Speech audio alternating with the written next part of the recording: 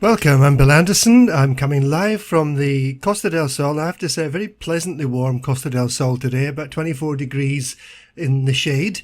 It's been a very warm October so far.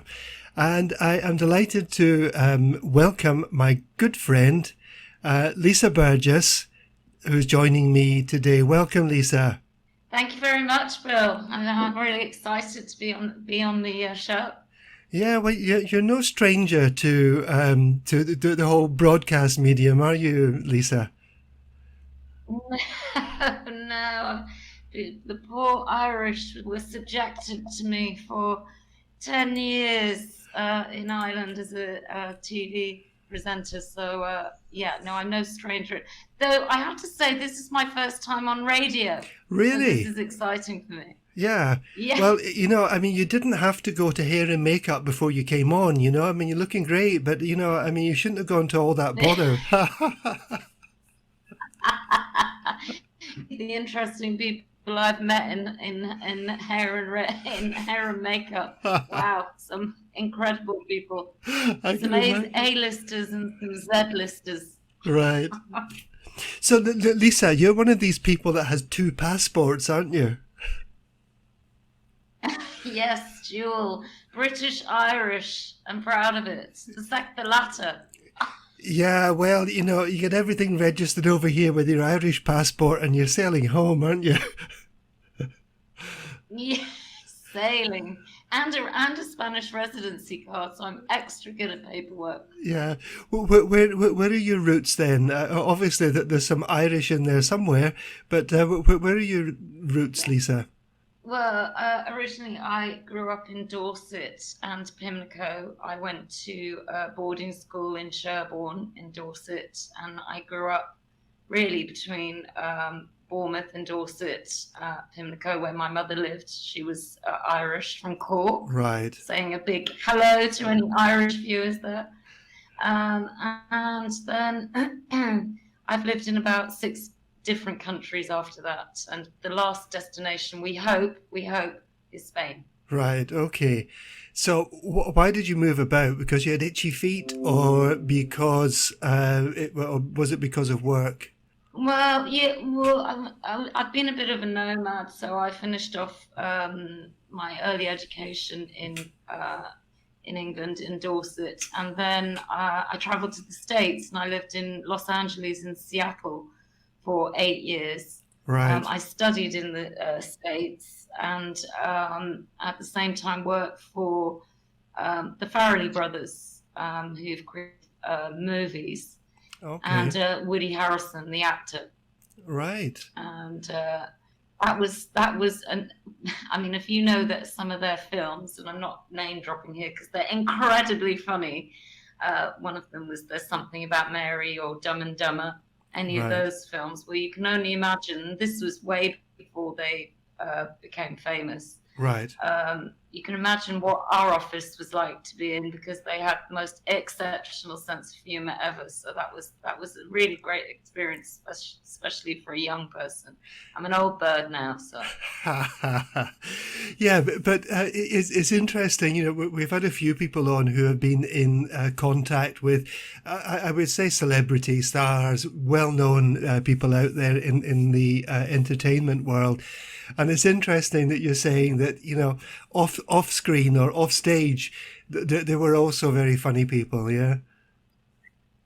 Yeah, yeah, I mean, absolutely. And just an incredible work environment. I learned an awful lot about marketing, writing, they were trying to break into the industry at that time. This was in, my early 20s. So they taught me a lot, and I worked for them for quite a few years. So it was an incredible experience, really, and Yeah. one that I won't ever forget. And I received a lovely letter from them subsequently, when I got older, to say they actually remembered me. I think it was because I used to lend them $20 in my car to take the girls out. So I think I was Right. more memorable for that than anything else. So the life in Los Angeles, I mean, it sounds very exciting and almost sort of romantic. This sort of notion we have of, California, Los Angeles. What was it like in reality? Was it like that as a young woman? Yes, it was. It was great, young, embracing the world, and Americans absolutely love an English accent, and so I Right. was very well received by the Americans, and I liked their work ethic. They're the sort of people that they're very goal oriented, and it taught me a lot about working in life and yeah, achieving your aims and your goals. So yeah, it was. There was a lot of hard work involved. It wasn't all sitting on the beach in Malibu. Right. But I met so many interesting people, and it just opened up a whole new world for me, really. Yeah. I would have to say I moved to Seattle from there, and I was sleepless in Seattle, so that wasn't such a good experience because it rained mostly, and it was miserable there. So Los Angeles for me was just incredible sunshine, wonderful people.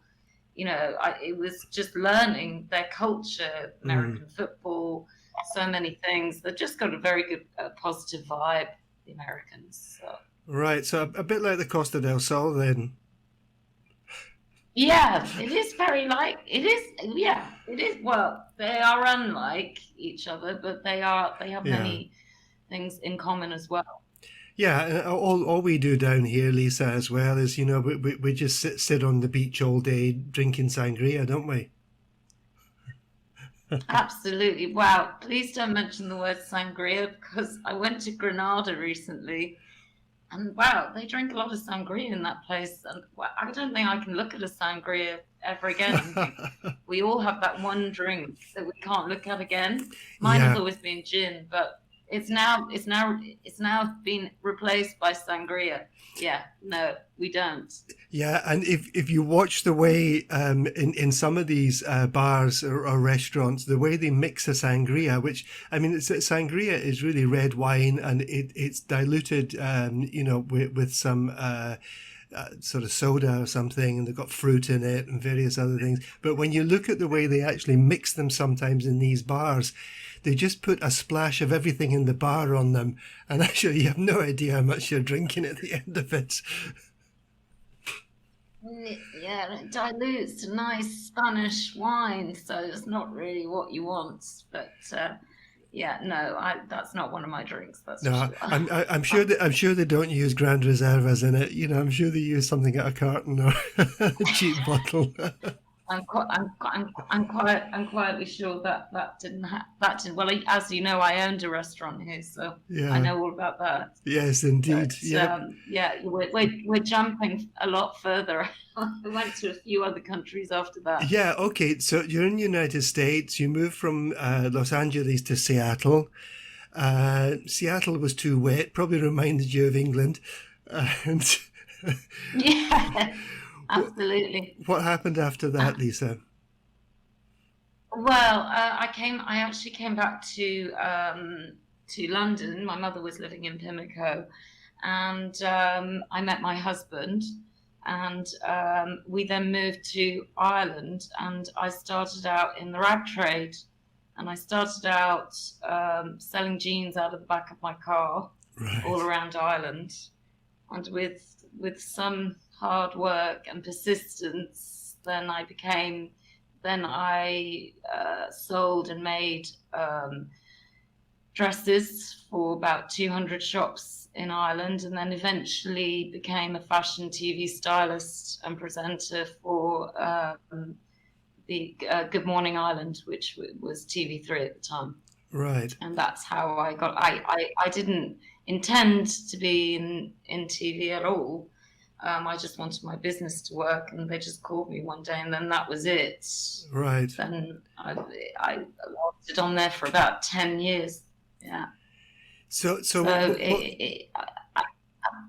yeah, what was that like, Lisa? Was it a very sort of high pressure job? But what was it like?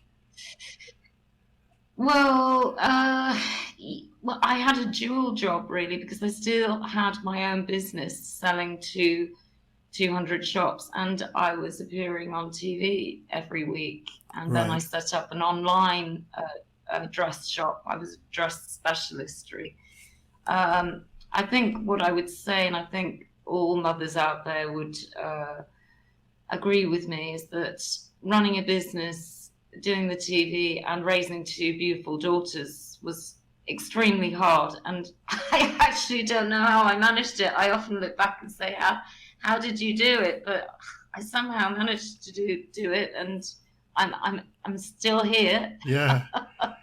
I do think sometimes, we have this it's a terribly romantic notion of having children and things, and there is a lot of work. Yes.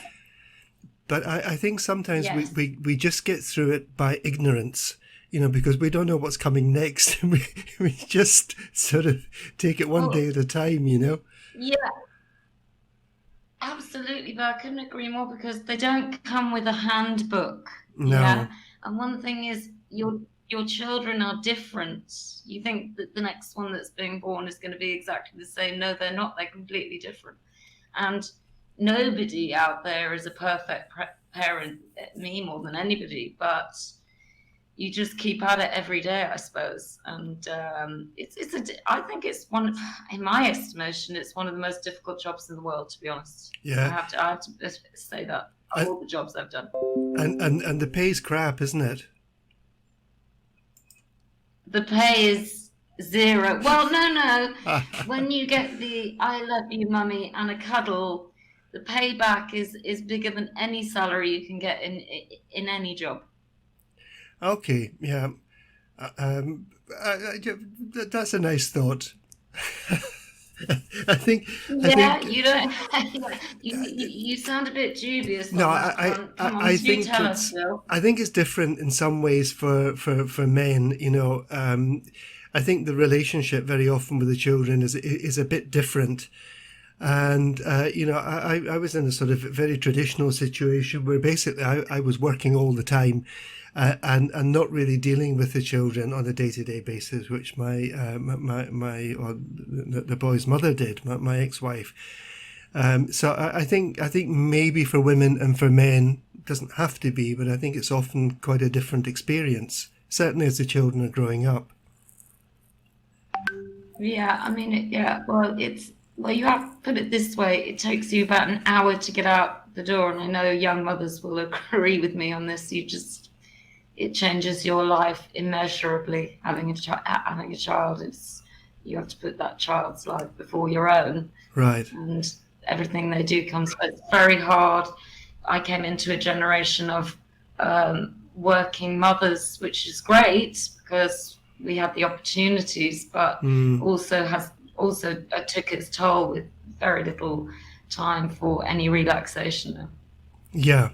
So, okay, you're in Ireland, you're working on Good Morning Ireland TV, you're presenting your own show, and you're doing a lot of other stuff in the background. That was for 10 years. What happened after that, Lisa?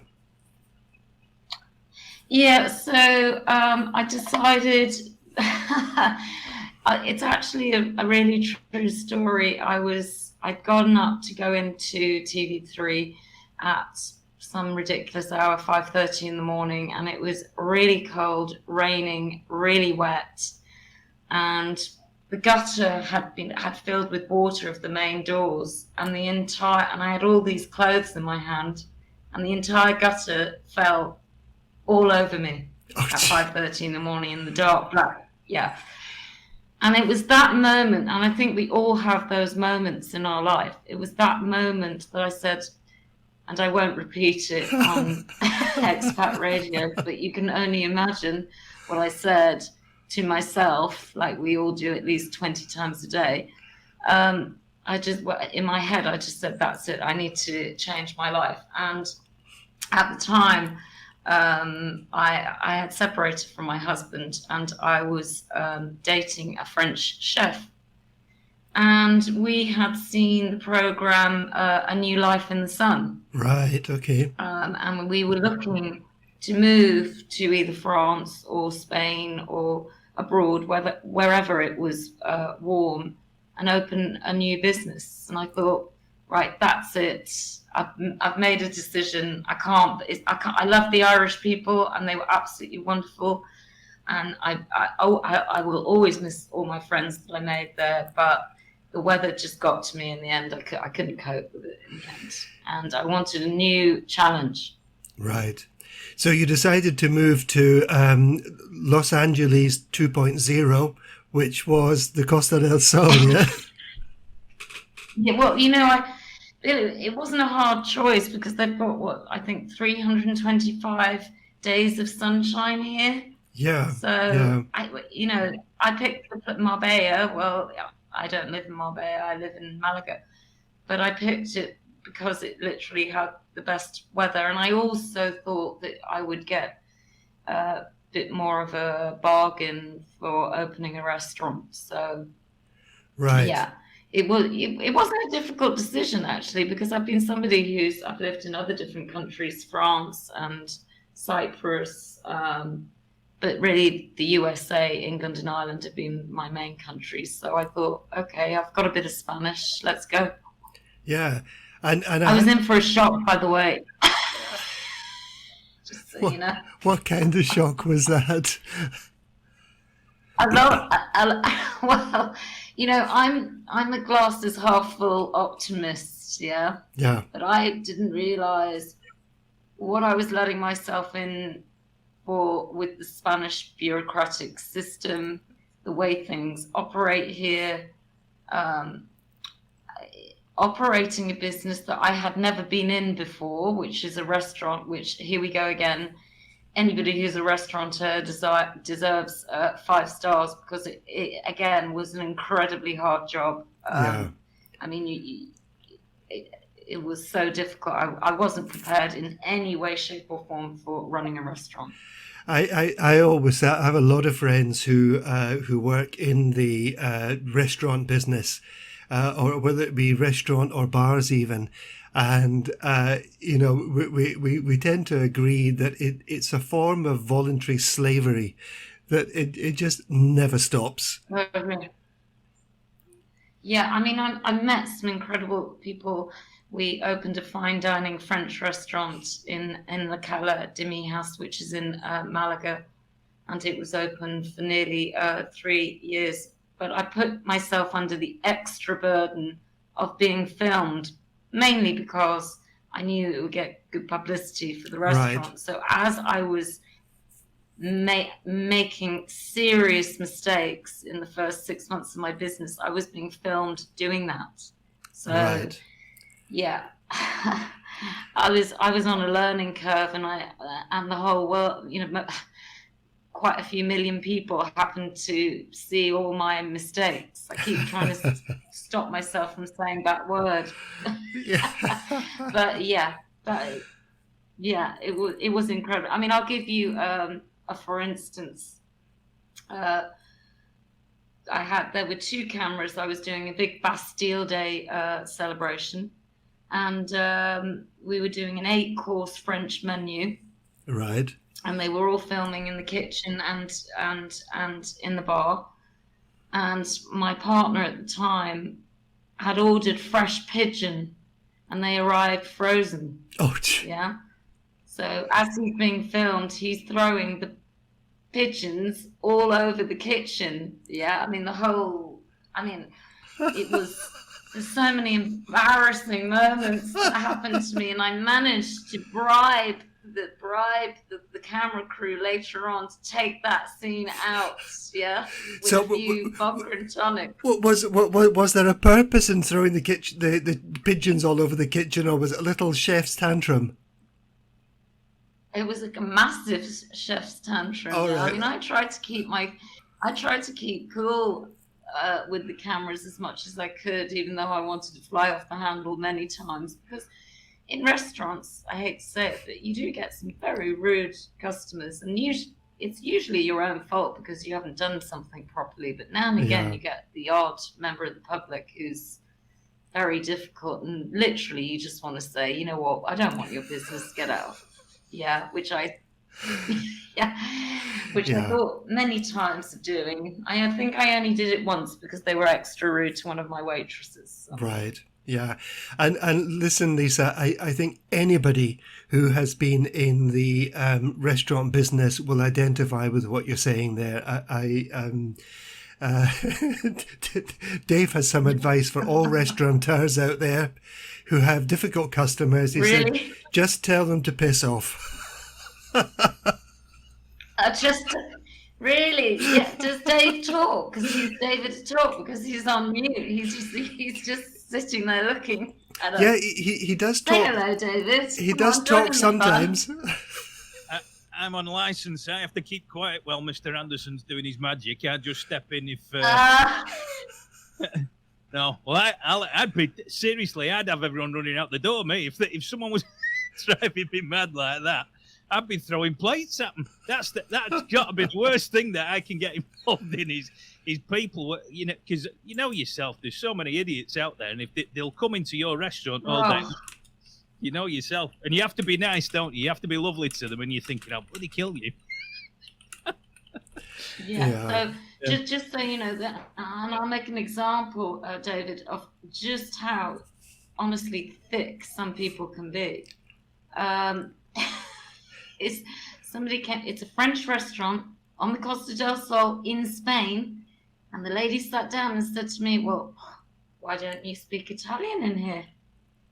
And I was like, "This is a French restaurant in Spain.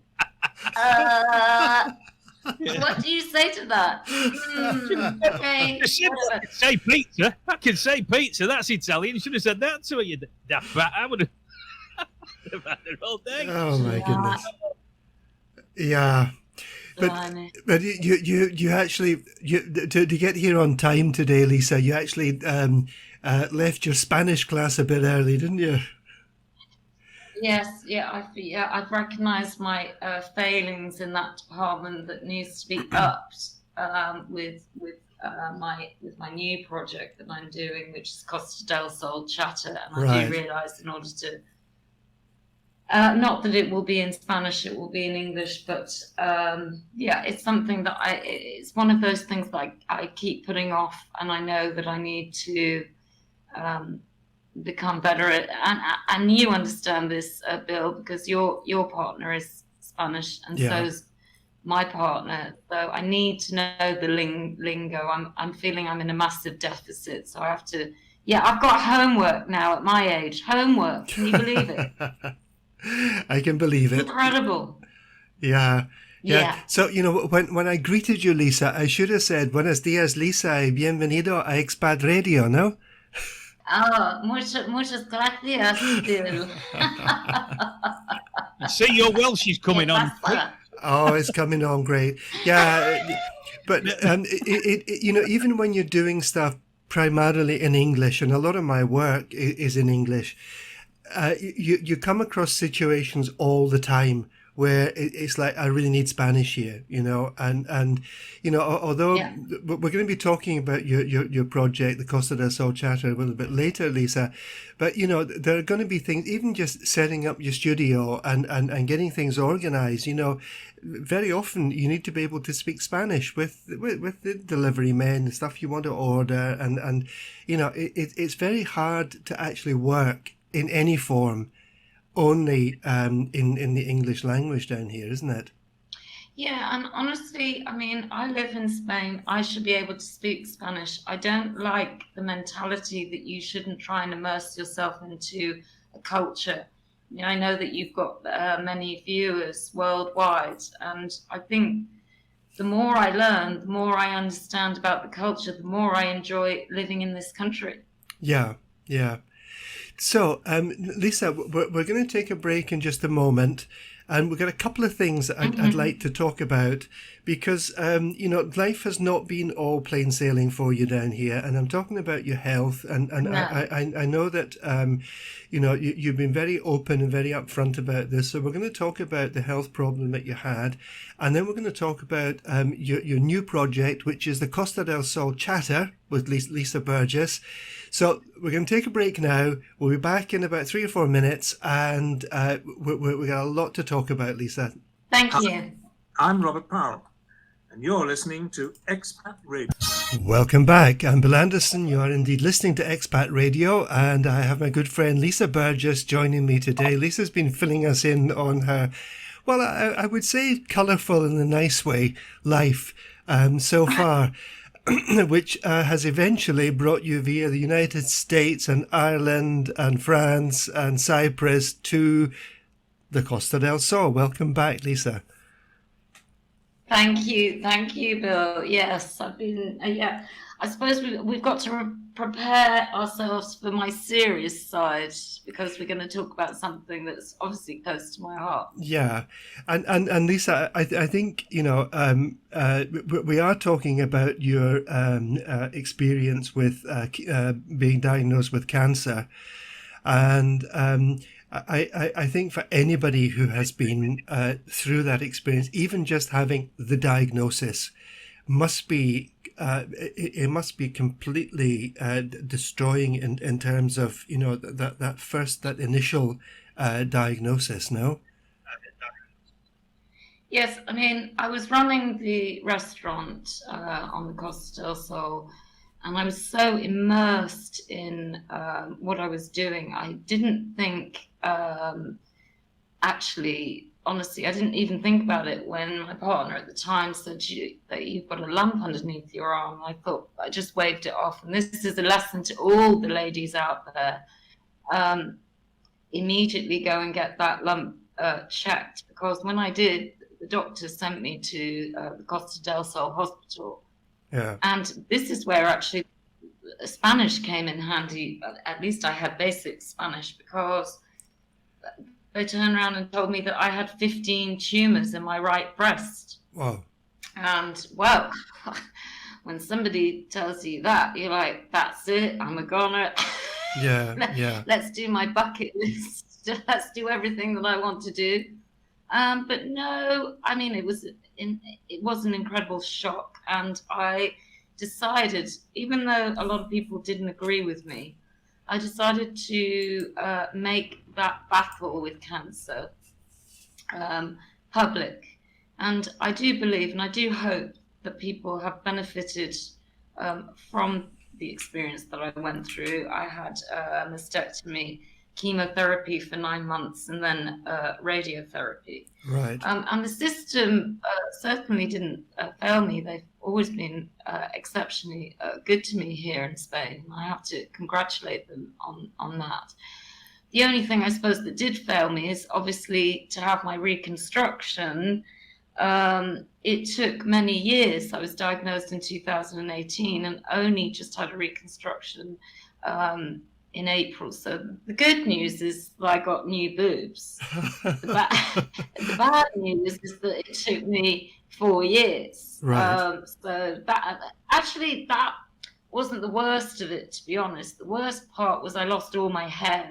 So Sure. as you see me now is all my real hair. But I mean, that was just when it just started falling out. And you see all these cancer films, and you can't actually believe that you're kind of looking at yourself from above. Yeah. Thinking, is this really happening to me? But the thing is, Bill, you just have to keep going. You've got no real choice. I mean, I had to close the restaurant, but the reason the restaurant closed wasn't just because of my illness. I had, and again, a warning signal to all the listeners out there.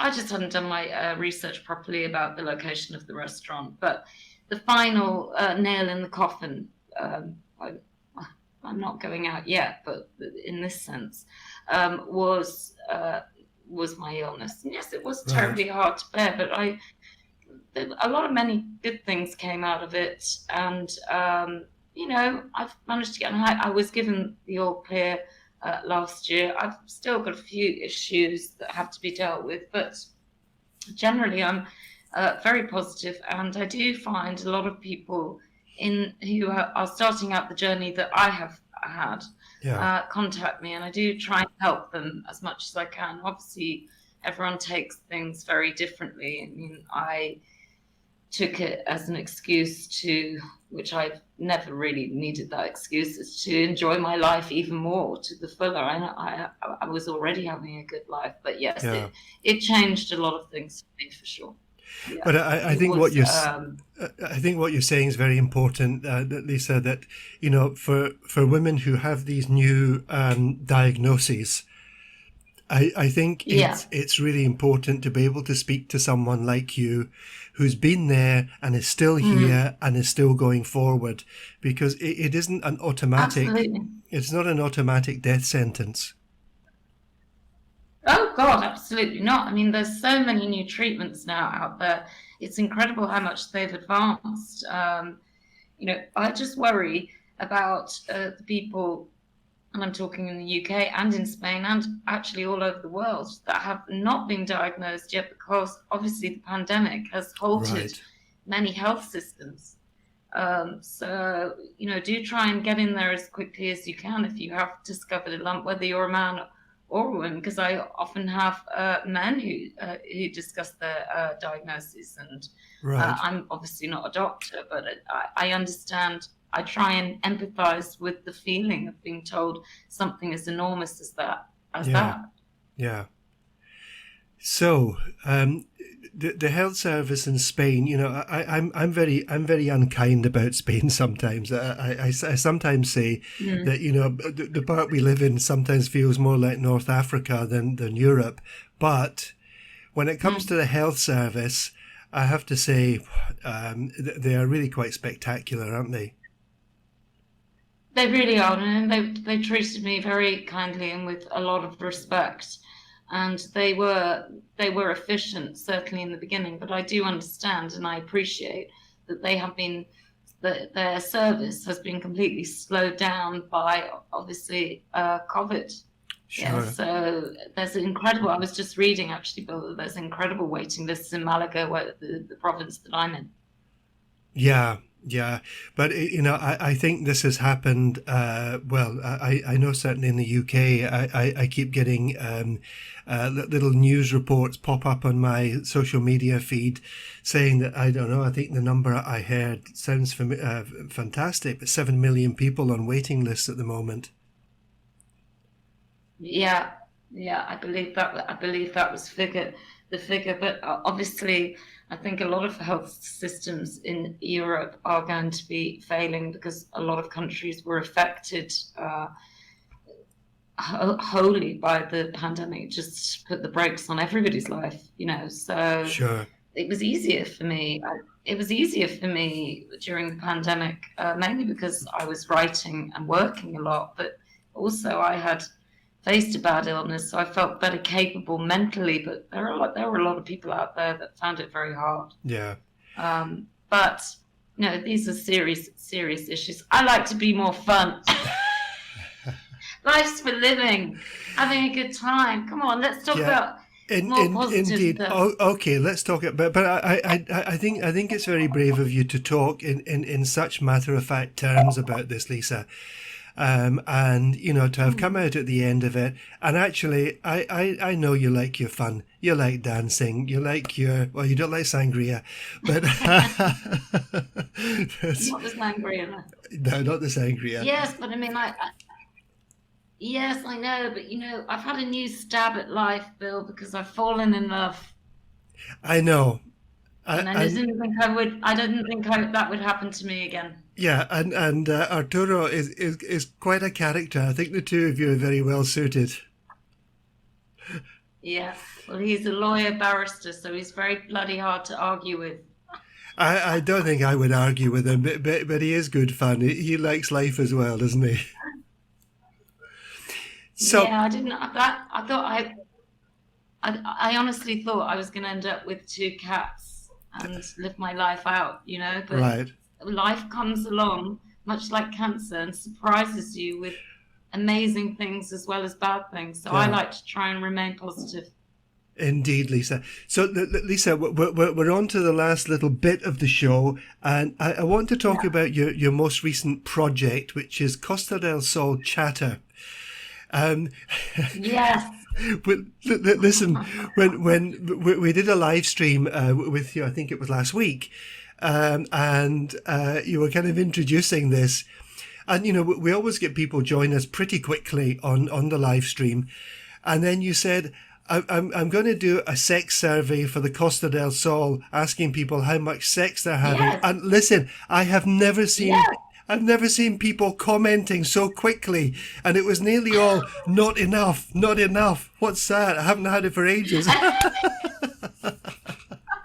Well, this is one of my favourite subjects. I mean, I do cover some serious subjects like politics and many other, but people don't talk about sex enough, and they see it as a little bit taboo. And I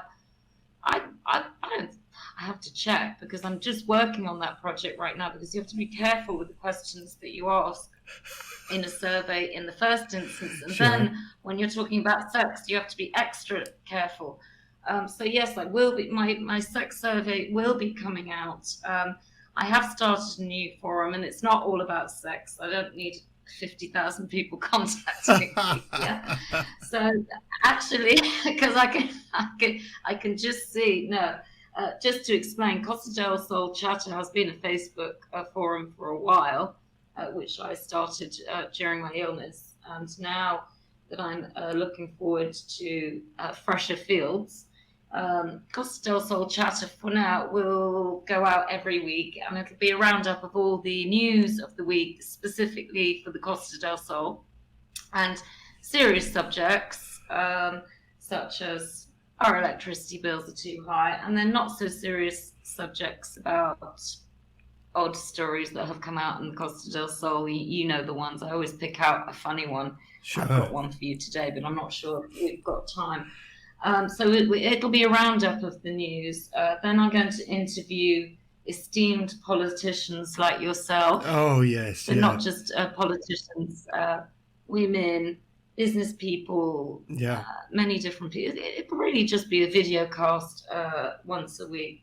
And then the main idea around what I'm doing is, we've got a lot of scammers on the coast. Oh, yes. The scammers are all around the world, but we particularly have a predilection here for scammers.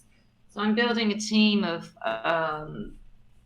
good people who will do jobs well and efficiently, and also offering advice to viewers if they've got a problem here. My partner is a lawyer, as I told you. So I have the added bonus of having a little bit more backup here in the form of Spanish backup. Yeah. And yeah, so this is evolving, Bill. You know that it's still in its little infancy at the moment, but because I'm a perfectionist and want to try and get it right and get it well, and there will be an awful lot of controversial things that I talk about and very direct answers. So I'm just putting you on notice. Yes. That I'm not probably going to give you questions up front, Bill. I don't mind that. No, I will give them to you. Yeah. You've got to just decide how you're going to answer them. But you know, the thing is, Lisa, I think sometimes when people are given questions up front, I think they overthink it about what they want to say, because they want to impress people or say something profound or whatever. Yeah. And I'm very much in the mold that I like doing things like a conversation. You know, and when you're meeting your friends down the pub or whatever, you don't plan what you're going to say in a conversation. Conversations go in different directions, and I think it's much more natural that way. I like that. Yeah, absolutely. I completely agree. Well, I come from a background of always having done live TV, so when I've actually done things that are not live, I actually mess up even more because I overthink it the night before. So yeah, so are you saying you're agreeing to do it live with no pre-questions then, Bill? Can I corner you on that one?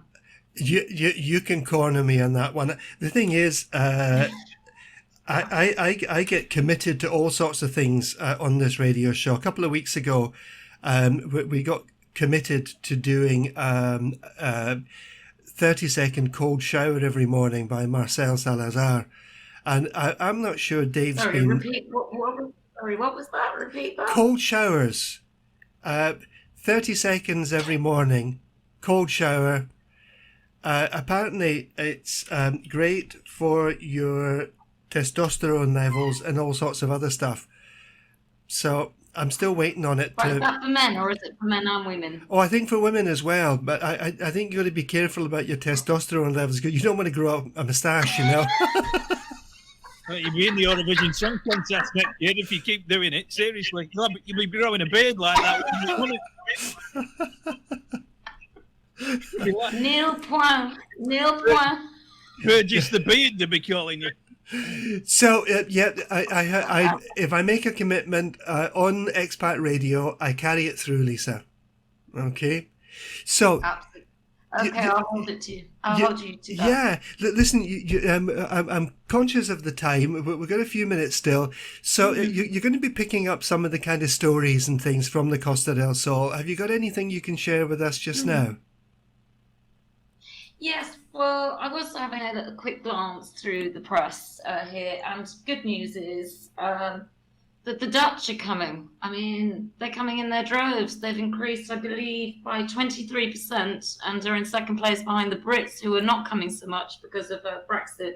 This means we've got more flights on KLM coming here, which is great news. We're also getting flights into Malaga from New York. They're also looking at flights from Houston and Miami. Oh, right. This is great news for me because I have a daughter that lives in the States. So this is excellent news. And then I came across a very unusual story about a couple who didn't notice nearly 40,000 euros being taken out of their bank account because their insurance agent was charging them for 50 insurance policies.